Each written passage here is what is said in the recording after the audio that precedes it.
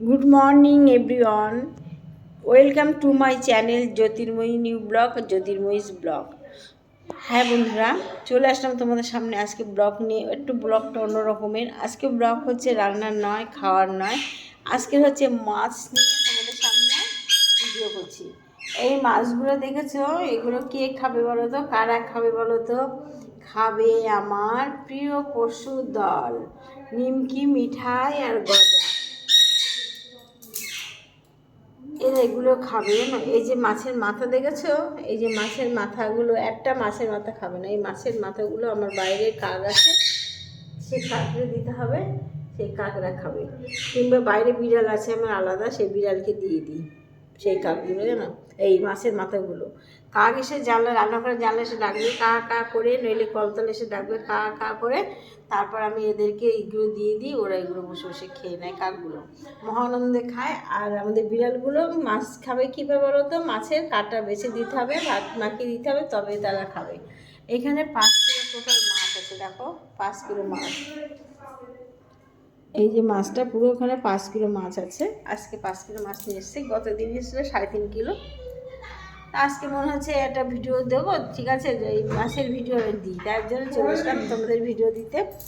দেখেছো এই মাছগুলো, আমাদের গজা একদম মাছ ছাড়া ভাত খায় না। যদি 2 টুকরো ভাত দেওয়ার পরে ওর পেটে না, সঙ্গে সে বমি করে তুলে দেয়, শুধু মাছ খাবে।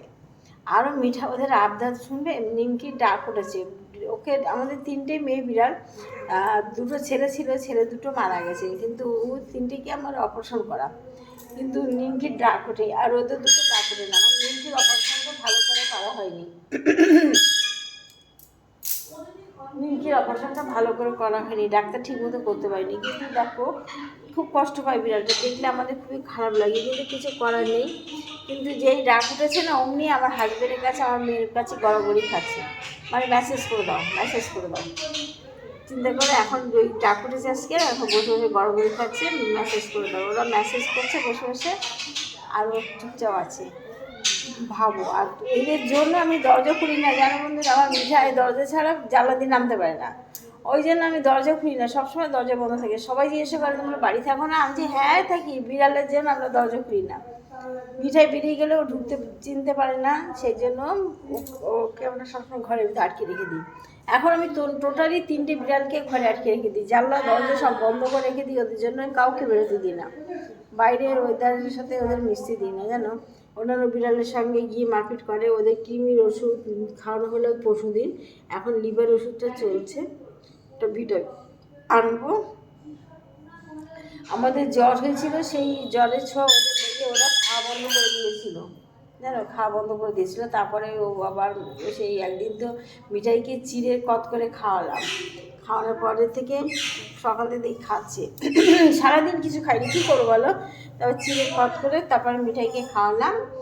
আমার তো টেনশন হয়ে উঠেছিল, এরা যে আমাদের কাছে সন্তানের থেকেও বেশি মনে হয়। এদের যেভাবে আমরা আদর যত্ন স্নেহে মানুষ করি, যারা পোষে জীবজন্তু, তারাই জানে যে এরা আমাদের কাছে কতটা আদরের। এদের কিছু হলে আমরা আর বাঁচি না, সত্যি কথা। যাই হোক বন্ধুরা, ব্লগটা আর বড় করবো না, এখানে শেষ করলাম। তোমরা সবাই ভালো থেকো। আমার জন্য নয়, আমার মিঠাই গজা নিমকির জন্য একটা লাইক কমেন্ট করো, একটা দিও। সবাই ভালো থেকো, আজকের মতো টাটা, বাই।